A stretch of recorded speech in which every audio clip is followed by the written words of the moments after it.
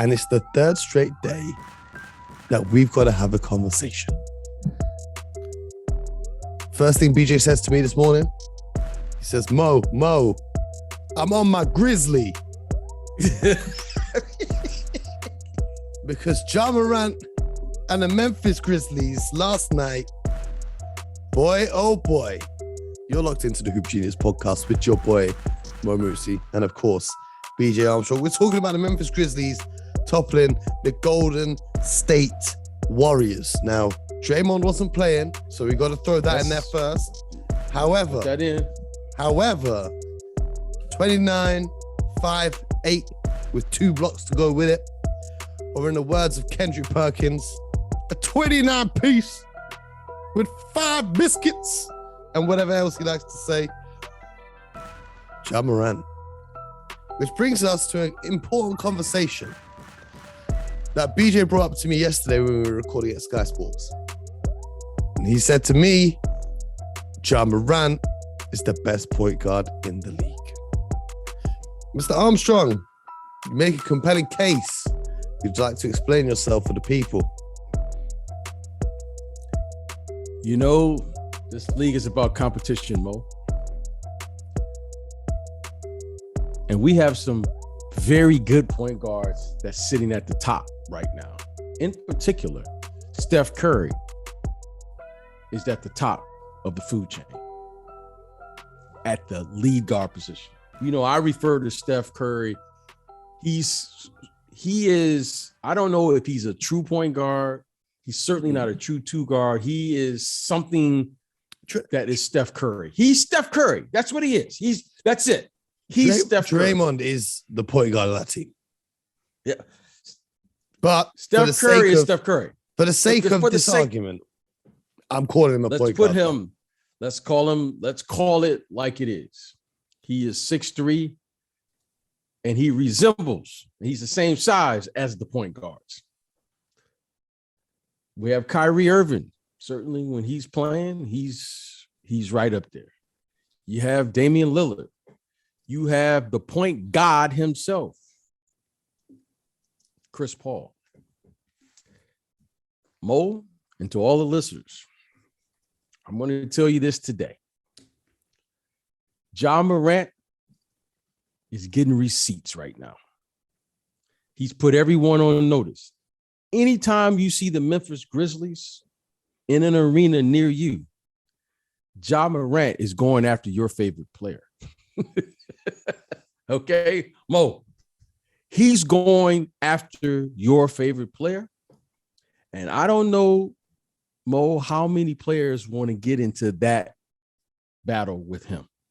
Because right now, Mo, he's playing the game at an elite level, regardless of position. They've got 10 in a row.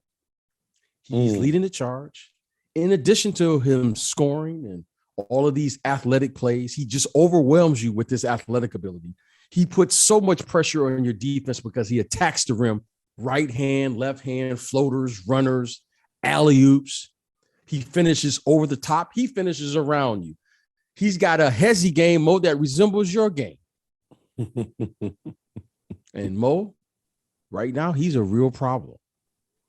He's such a problem, Mo, tonight, that the Warriors had to change their defense in the first quarter because he had 15 points, because he was attacking them. They couldn't wait to the second half like they normally do to make their adjustments. He's for real now, Mo.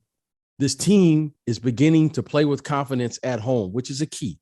That's really the first sign to becoming a good team, knowing they can win at home. Now, I'm not putting as much emphasis on this game tonight as most, because Draymond did not play. Draymond Green did not play. However, winning at home is important, regardless of who's playing and who's not. So I thought this was a good win. I thought they sent a message to say, when we are in the grit and grind center, our fans are going to be turned up and we can win. And then we'll go from there. So overall, great job. But Ja Morant right now, Mo, he's there. And now he's a serious problem. I don't know if it's grit and grind anymore. Oh, they grimy because you heard what John Morant said after the game tonight. He said, "Yeah, we got that W, but turn it around, Mo. No, but put some respect on my name. The Put some respect on their name. The grit and grind Grizzlies, they never played basketball as fun to watch as this. I think they deserve a name even better than grit and grind. You know what I'm talking about? Flashy and furious. Flashy and furious. No, I don't know what it is, but it's got to be John something. John Morant is grimy. He's grimy though, Mo. That's a grimy team. Bane, that's grimy. Dillon Brooks, that's grimy. That's grimy. They put on a show though. They put on a show though. No, John Morant puts on the show. Okay. Let's be fair though, and give credit where it's due. The Memphis Grizzlies started off this season with the worst defense in the NBA. And they turned it around in a stretch of games that John Morant was out injured. They had that 5-game streak where they won 5 in a row and the opponents couldn't even take the lead once in those games. That was the stretch where they went 10-2 without John Morant. It was the stretch where they beat the Thunder by 80 points without John Morant. Now, I say that because I want to give credit to the rest of the squad who might not make the headlines. The reason I don't want to say that is because I don't want to take away from John Morant and use that to disrespect him. Because although they had a 5-game win streak without John Morant, they're on a 10-game win streak with John Morant now. And the teams they've beaten on this streak, the Warriors last night, the Suns, the Nets, the Cavaliers, they're rocking with the best. Shout out to Roe Parrish. You're now rocking with the best. But listen, they're serious. And we had this conversation yesterday when we were asked on Sky if the Grizzlies were one piece away from contending. Now, I think you had the same take as I did. They've got the pieces there. I'm just looking at a Jaren Jackson Jr. to step up and become that second star on the roster. I'm looking at Dillon Brooks to get healthy and get back to doing what he's doing and become an elite three-point shooter, just the way Desmond Bane is right now this season, because we could talk about John Morant all day. And it's amazing what he's doing. I got a lot of respect for what he's doing. But we got to give some credit to the other guys too, because it is a team game. They held it down when John Morant was out. In particular, Desmond Bane, right now, he's 4th in the league in made three-pointers. I don't know anyone who saw that coming at the start of this season. Made three-pointers, Steph Curry, Buddy Hield, and Fred VanVleet are the only players ahead of him this season. He's shooting that ball from 43% from downtown.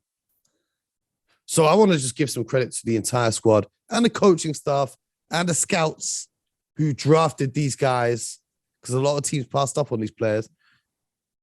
The scouts, the front office, the coach, but more importantly, the players, the entire squad for getting it done.